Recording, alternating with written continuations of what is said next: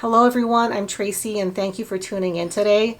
So today I want to go over the the story surrounding Kaleo Manuel. So if you remember back from I guess like a little over a month ago or 6 weeks ago, there was a video that went out about him talking about how water is holy and how this idea of equity should be applied to the water source in Maui.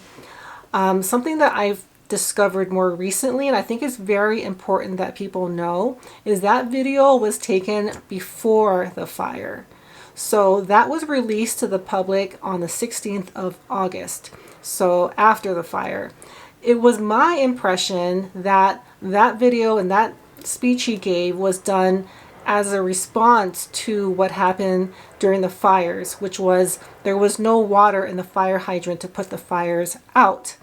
So that right there made him look really bad. Made it seem like he was not really aware of the seriousness of this tragedy, and it made it seem like he wasn't sensitive to the needs of the victims and what happened. Responsible per our authorizing statute to protect and manage all water resources in the state. One Water is like taking it and looking at it from a holistic system perspective, and that's not any different than how Hawaiians traditionally managed water. You know, in essence, Native Hawaiians treated water as one of the earthly manifestations of a god and a kua kane.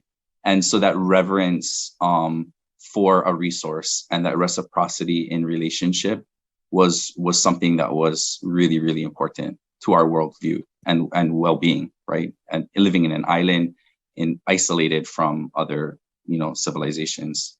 And so I think where it shifted to today or over time is that we've become used to looking at water as like something which we use and not necessarily something that we revere as that thing that gives us life, right? I mean, to me, it's a shift in value set.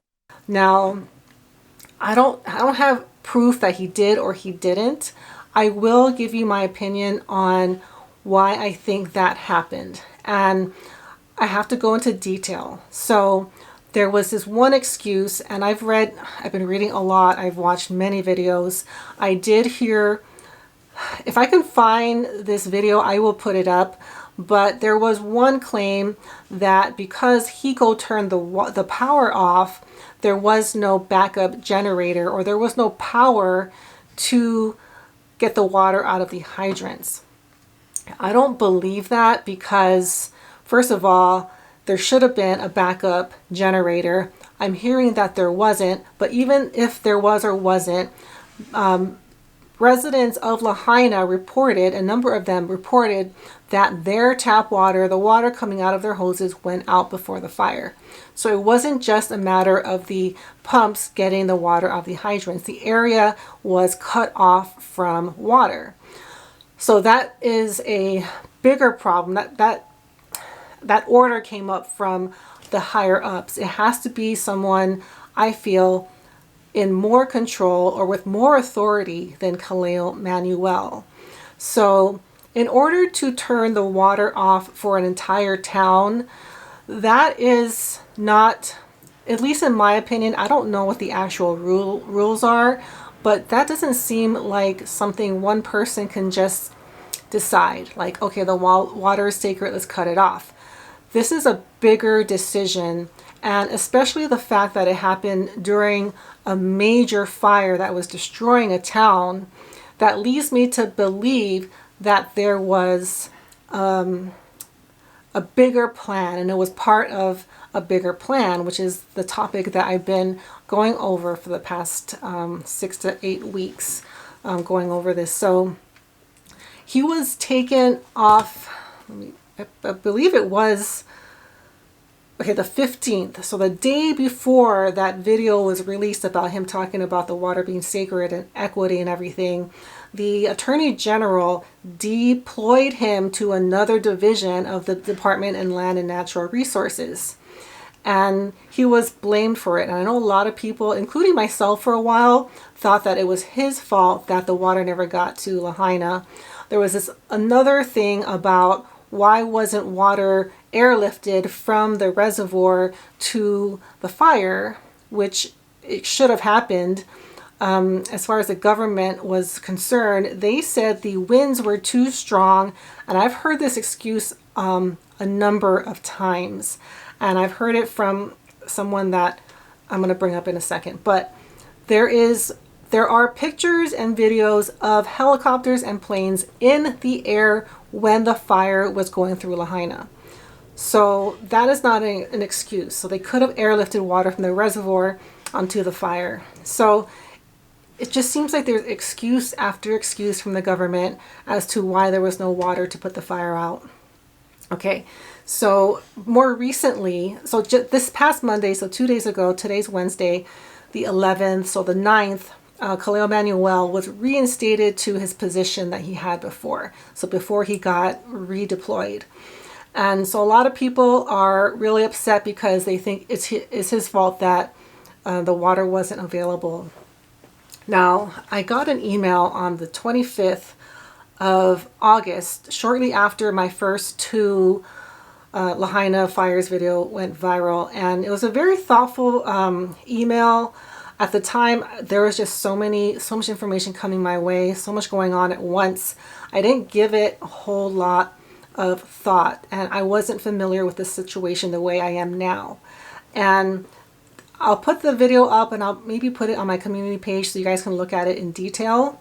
But they're just, the gist of it is that Kaleo Manuel was a scapegoat, and the government doesn't want to take responsibility, so he was one of the people that they blamed this on, similar to Herman and Daya, and I think even General Hara was questioned about why he didn't send. He was in charge of. He could have sent military support during the fire, but I feel like this is a very common theme. But I don't think Kaleo Manuel, on his own accord, had the power to turn off the water to Lahaina. And then there's so many things going on. There's this, also this story, I don't know if I can't confirm or deny that he was asking the taro farmers if he can divert water from their farms to the fire, and that's what caused the delay. I find that hard to believe that he had to ask permission from taro farmers to divert water to the fire. If he knew that there was a fire, I don't think he would have waited for permission from the farms. I find that hard to believe. And the fact that he knew about a fire and decided not to turn the water or divert the water anyhow.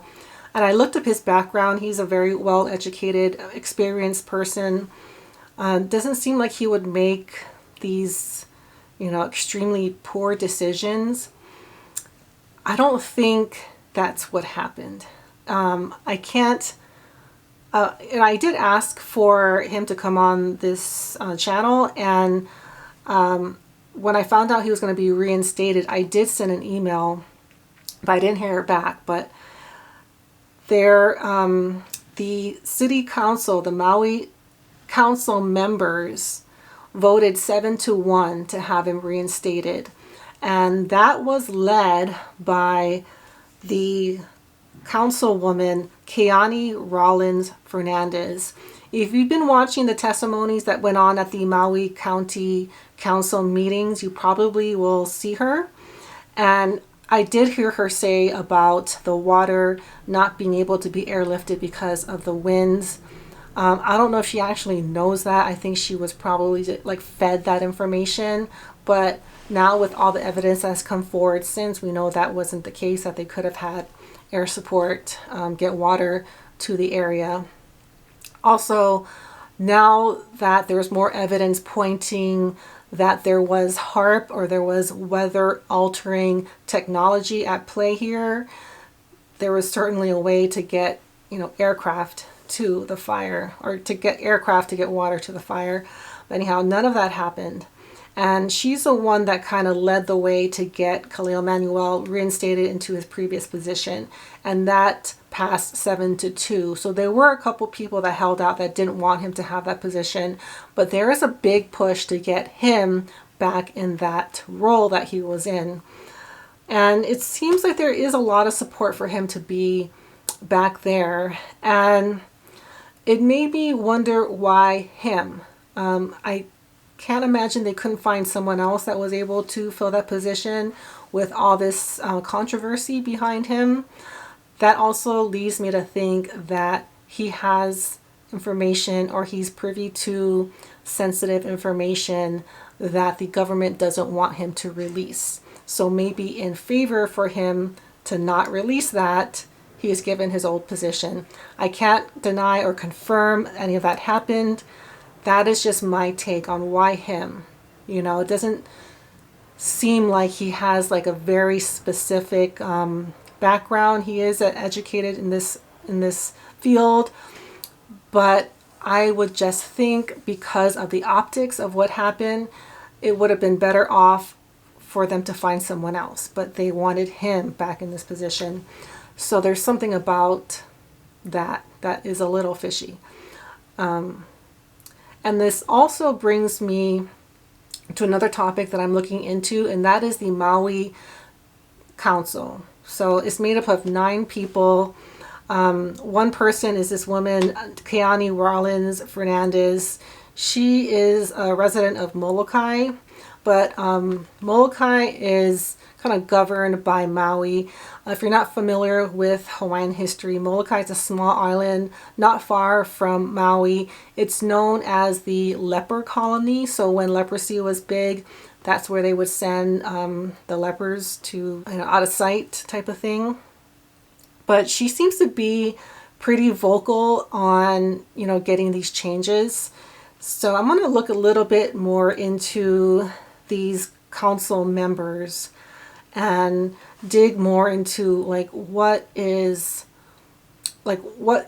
are they promoting. There's got to be more than just them wanting to do good. There's got to be other forces influencing them. That's just my take, because that's usually how governments work. But I don't know yet. I'm going to look into it, and if I find something important, I will report it to you guys. But I just thought it was interesting, and I did want to share information that I had. And I do feel like there was a bigger plan at play above Khalil Manuel, something out of his control, and that's why the water was not available. I do also want to bring up something that was approved by the council, the Maui City Council. They voted unanimously. This is not related to Khalil Manuel.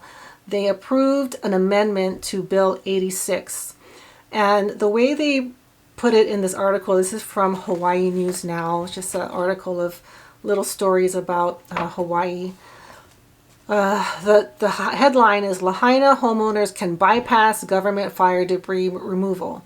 So it sounds like a good thing, right? Like the landowners can go ahead and take care of the debris and the toxicity of their own property. And this would give them, the business and homeowners, the ability to get this done using the EPA and the Army Corps of Engineers to do this for them without having to pay out of pocket right away, because a lot of those people probably don't have this kind of money. It's a very, very expensive process to get hazardous materials and debris off property. But the thing that upsets me is that they're going to have to pay that money back to the federal government. So it says here they would need to provide insurance, and that insurance proceeds that they receive will go back to the federal government to pay for this. So that right there is a bunch of BS, because it's the government's fault that this fire happened in the first place. It's the reason why these properties burned down. It's not the property owners or business owners' fault that this happened, so they shouldn't have to be financially responsible. So I just thought that was interesting, because a lot of these little things that are these decisions being made are, you know, made behind closed doors. So I wanted to bring that to everyone's attention. And the fact that it was voted on 9-0 unanimously is a little, you know, it just doesn't seem like these decisions are in the interest of the victims of this fire. So I did want to bring that up. So they also recently opened West Maui up for tourism, and it seems like the governor is saying that it's starting to pick up. But just from looking at the airfare and cost of visiting West Maui, it's pretty low. So I don't think demand is very high. So I don't think a lot of people are deciding to vacation in West Maui yet, or at least not for now. So I just wanted to share that as well. So yeah, that's the main thing I wanted to share with you guys today. Thank you guys so much for watching, and I will see you all soon. Bye.